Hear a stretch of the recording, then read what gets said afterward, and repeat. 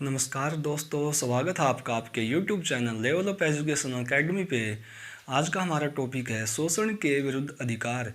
हमने पिछली क्लास में जो मौलिक अधिकार शुरू किए थे यह उसी का भाग है। इससे पिछली क्लासों में हम कर चुके हैं। सबसे पहला था हमारा समता का अधिकार, जो कि अनुच्छेद 14 से लेके 18 तक में उसमें उल्लेख किया गया है। अब उसके बाद 2 पे था हमारा स्वतंत्रता का अधिकार, वह था हमारा 19 से लेके 22 तक के, यानी कि उसमें क्या क्या स्वतंत्रता हैं, कौन कौन से स्वतंत्रता के जो अधिकार हमें प्राप्त हैं उसका उल्लेख किया था। आज का हमारा टॉपिक है जो शोषण के विरुद्ध अधिकार है, उसमें हमें कौन कौन से अधिकार हैं जो प्राप्त हैं, जो भारतीय संविधान हमें कौन कौन से जो हमारे अधिकार हैं उनको हमें देता है। और इसमें उल्लेख है 23 से 24 तक, यानी कि जो अनुच्छेद 23 है और 24 इसमें शोषण के विरुद्ध जो अधिकार हैं उनका उल्लेख किया गया है। अब देखते हैं कि जो अनुच्छेद 23 है 23 है जो उसमें किस चीज़ का प्रावधान किया गया है। इसमें मानव का दुर्व्यापार,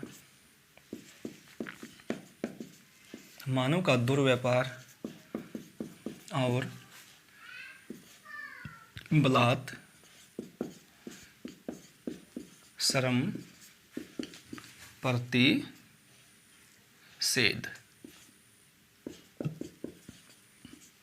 मानव का दुर्व्यापार और बलात् प्रतिषेध। अब इसमें दुर्व्यापार क्या होता है और जो बलात् श्रम है वो क्या होता है वो देखिए। दुर्व्यापार होता है हम किसी भी व्यक्ति को हम पहले की तरह अब दास बनाकर नहीं रख सकते या उसको हम बेच नहीं सकते, यानी कि मानव व्यापार है जो वो हम किसी भी तरह से नहीं कर सकते। उसके बाद आता है बलात् श्रम, यानी कि बलात् यानी कि जोर ज़बरदस्ती। हम किसी भी व्यक्ति से कोई भी कार्य जोर ज़बरदस्ती से नहीं करवा सकते। यानी कि इसमें हम ये भी देख सकते हैं, यदि कोई व्यक्ति किसी कार्य को करने के लिए राजी है हम उससे वह कार्य तभी करवा सकते हैं। अब इसी में 2 अधिनियम भी हैं, जो 2 अधिनियम हैं वो बनाए गए थे। वो कौन कौन से हैं वो देखिए। नंबर 1 ये आपके अधिनियम हैं। इसमें था सबसे पहला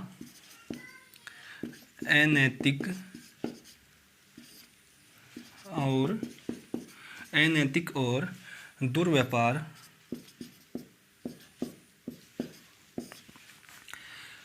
निवारण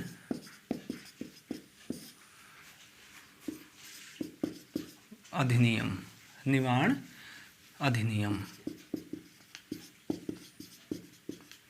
ये कब हुआ आपका, कब पारित हुआ? 1956 में। ये आपका जो अधिनियम है अनैतिक और दुर्व्यापार निवारण अधिनियम 1956 में, यानी कि अनैतिक किसी भी प्रकार की कोई भी अनैतिकता किसी भी व्यक्ति के साथ नहीं की जाएगी, किसी प्रकार की, यानी कि आप किसी के साथ भी भद्र व्यवहार है जो नहीं कर सकते, वो क्या है, गैर कानूनी। उसके बाद ये दुर्व्यापार, इसका भी अभी मैंने आपको बताया कि मानव व्यापार है जो वो हम नहीं कर सकते। अब इसी में 2 पे क्या था, इसी में बंधुआ मजदूर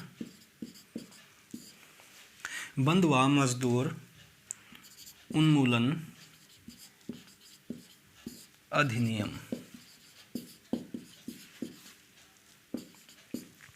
बंधुआ मजदूर उन्मूलन अधिनियम ये आपका पारित हुआ 1976 में। ये हुआ आपका 1976 में, यानी कि हम किसी को भी बंदी बना के उससे कोई भी कार्य नहीं करवा सकते, या जो मजदूर होते हैं हम उनको बंदी बनाकर कोई भी कार्य के लिए हम बलपूर्वक कोई भी कार्य नहीं करवा सकते। ये जो अधिनियम है ये उनके खिलाफ होंगे, यानी कि जो व्यक्ति ऐसा कार्य करवाता है तो इन अधिनियमों के तहत उसको क्या दी जाएगी, सजा दी जाएगी। अब देखते हैं जो अनुच्छेद 24 है वो क्या कहता है, 24 में किस चीज़ का प्रावधान किया गया है।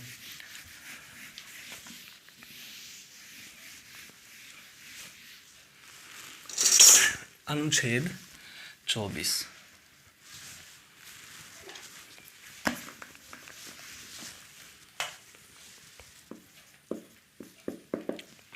इसमें आपका जो बच्चे हैं, बच्चों से हम कोई भी कार्य नहीं करवा सकते। यानी कि अब बच्चे कौन कौन से, 6 से 14 साल के जो भी बच्चे हैं उनसे हम कोई भी कार्य नहीं करवा सकते। अब इसमें आता है आपका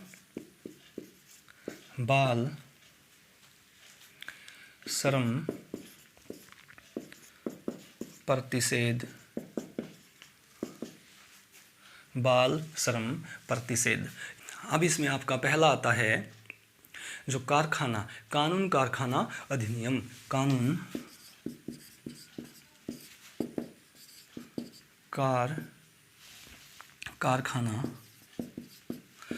कारखाना अधिनियम, ये आपका था 1948 में। अधिनियम ये था आपका 1948 में। अब इसमें क्या था कि किसी भी बच्चे से कारखाना, यानी कि जो कारखाने हैं उनमें कोई भी कार्य नहीं करवाया जाएगा। यानी कि बच्चों से कारखानों में कार्य नहीं करवाया जाएगा। ये आपका अधिनियम बना दिया गया था 1948 में। अब उसके बाद 2 पे कौन सा अधिनियम आया वो देखिए, खान प्रतिषेध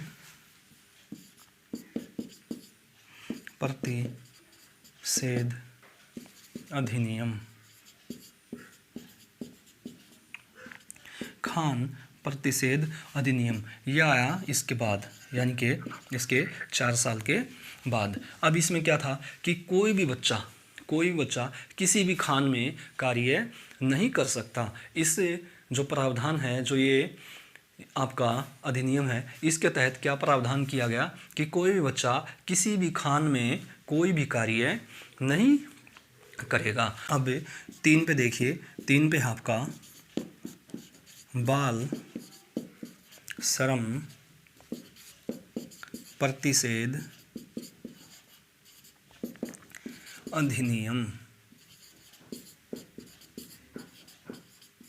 यह आया था आपका 1986 में। ये आपका सबसे प्रमुख है। यानी कि इसमें इस अधिनियम के तहत क्या प्रावधान किया गया कि कोई भी बच्चा, इस अधिनियम के तहत प्रावधान किया गया कि कोई भी बच्चा किसी भी जगह पे कार्य नहीं करेगा। यानी कि इसमें किसके, जो ये आया था आपका अधिनियम 1948 में, इसमें बच्चा कार्य तो कर सकता, लेकिन कहाँ, किसी भी कारखाना, यानी कि कोई भी कारखाना है जो, उसमें बच्चा कोई भी कार्य नहीं करेगा। और इससे पहले क्या था कि कोई भी बच्चा खतरनाक जो जगह है वहाँ पे कोई भी कार्य नहीं करेगा। अब इस अधिनियम के बाद किसी भी कारखाने में कोई भी बच्चा कार्य नहीं करेगा। अब उसके बाद आता हमारा खान प्रतिषेध अधिनियम। इसमें क्या प्रावधान किया गया कि कोई भी बच्चा किसी भी खान में कार्य नहीं करेगा। कोई बच्चा किसी भी खान में कार्य नहीं करेगा। ये था आपका 1952 में। अब आता है हमारा बाल श्रम प्रतिषेध अधिनियम 1986। यानी कि इसमें किसी भी बच्चे के लिए पूर्ण रूप से कार्य है जो, उसको रोक दिया गया। यानी कि कोई भी बच्चा, ये मान लीजिए कि आप 6 से 14 साल का, या आप इसको 0 भी मान सकते हैं या 6 भी मान सकते हैं। अब इतना समझदार आप भी हैं कि कोई 5 साल का बच्चा कोई कहाँ पे कार्य करेगा। तो ये मान लीजिए 6 से 14 साल तक का बच्चा कोई भी है, वो किसी भी जगह पे कोई भी कार्य नहीं करेगा। अब उसके बाद देखिए जो हमारा अनुच्छेद, इसी में एक अधिनियम है वो भी आता है जो 2016 में पारित किया गया था। और वो देखिए क्या था वो, ये हमारा 4 पे, इसमें 2016 में। अब इसका जो बाल श्रम प्रतिषेध अधिनियम है, इसी को संशोधित करके रखा गया था। और इसमें क्या जोड़ दिया, किशोर। यानी कि अब इसका नाम क्या है, बाल एवं किशोर श्रम प्रतिषेध अधिनियम।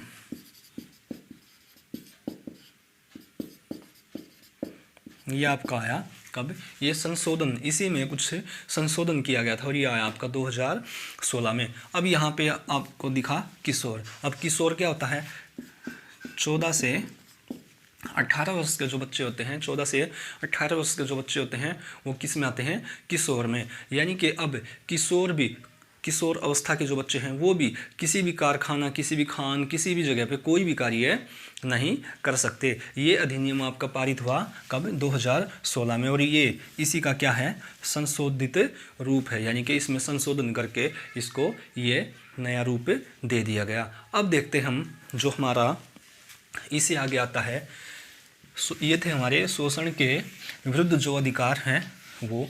अब इसके बाद आता है हमारा धार्मिक स्वतंत्रता है जो, उसमें हमें कौन कौन से अधिकार प्राप्त हैं, आइए एक बारी अब वो देख लेते हैं। आइए दोस्तों अब देखते हैं हम अनुच्छेद 25 है जो वो क्या कहता है।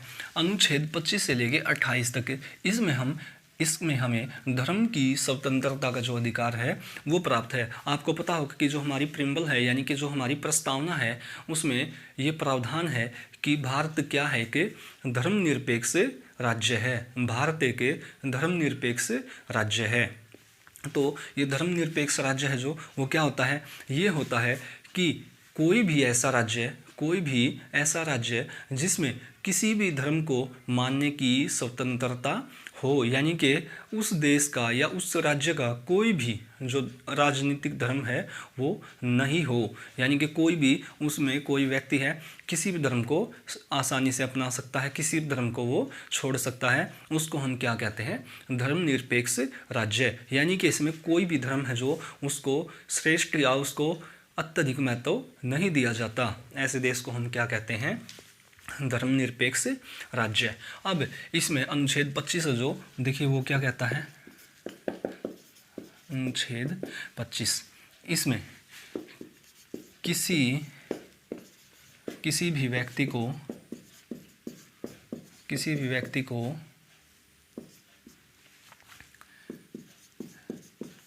किसी भी धर्म को मानने,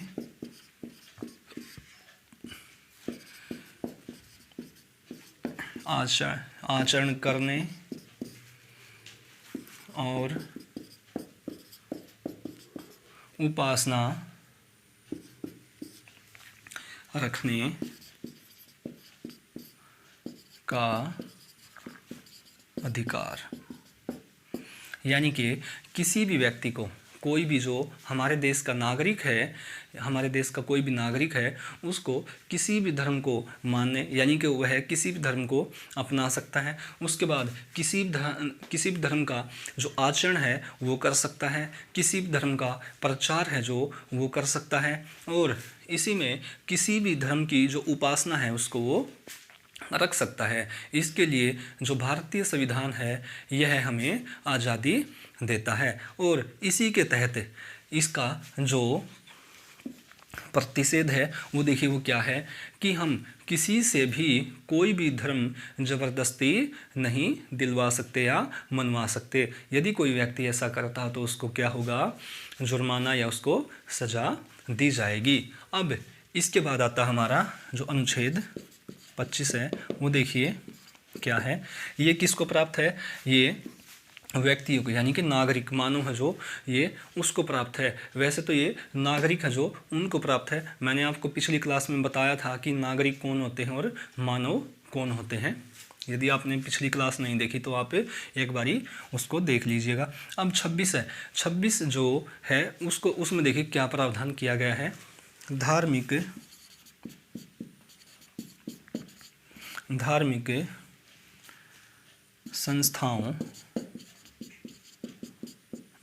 संस्थाओं को प्राप्त अधिकार। धार्मिक संस्थाओं को प्राप्त अधिकार, यानी कि इसमें 26 में क्या है कि जो धार्मिक संस्थाएं हैं उनको कुछ अधिकार प्राप्त हैं। अब वो देखिए कौन कौन से हैं, ये आपसे कई बार क्वेश्चन है जो पूछा गया है कि जो अनुच्छेद 26 है वो मानव को प्राप्त है, मानव व्यक्ति नागरिक, यानी कि जो अनुच्छेद 26 है इसके तहत जो अधिकार हमें प्राप्त हैं वो किसको प्राप्त हैं? उसमें आता आपका मानव। क्या ये मानव को प्राप्त है? नहीं, मानव को भी नहीं। क्या व्यक्ति को प्राप्त है? बिल्कुल भी नहीं। तो इसमें आता नागरिक। क्या नागरिक को प्राप्त है? तो बिल्कुल भी नहीं। तो अब आपके दिमाग में आएगा कि फिर ये प्राप्त किसे है, ये अधिकार प्राप्त किसे है? ये हैं जो धार्मिक संस्था हैं या जो धार्मिक संप्रदाय हैं, ये अधिकार उनको प्राप्त हैं। यानी कि धार्मिक जो संप्रदाय हैं या जो समूह हैं वो कहीं भी वो परमिशन के साथ यानी कि आज्ञा लेके वो कहीं भी अपनी जो धर्म सभा है या उसका जो प्रचार प्रसार है वो कर सकते हैं। उनके ऊपर कोई भी पाबंदी नहीं होगी और ये किसी भी धर्म के व्यक्ति हैं जो उनको प्राप्त है। लेकिन इसमें जो शर्त है वो क्या होनी चाहिए? वो होनी चाहिए जो धार्मिक समुदाय है वो क्या होना चाहिए? पंजीकृत। कैसा होना चाहिए? वो होना चाहिए आपका पंजीकृत या पंजीकरण है जो उसका पंजीकरण अति आवश्यक है। यानी कि वो सरकार के पास उसका जो पंजीकरण है वो आवश्यक है। वही धार्मिक संप्रदाय है जो अनुच्छेद 26 है उसके अधिकारों को प्राप्त कर सकता है। अब देखिए अनुच्छेद 27 है जो वो क्या कहता है, उसमें किस चीज़ का प्रावधान दिया गया है। अब देखते हैं हम अनुच्छेद 27 है जो वो हमें कौन सा अधिकार देता है।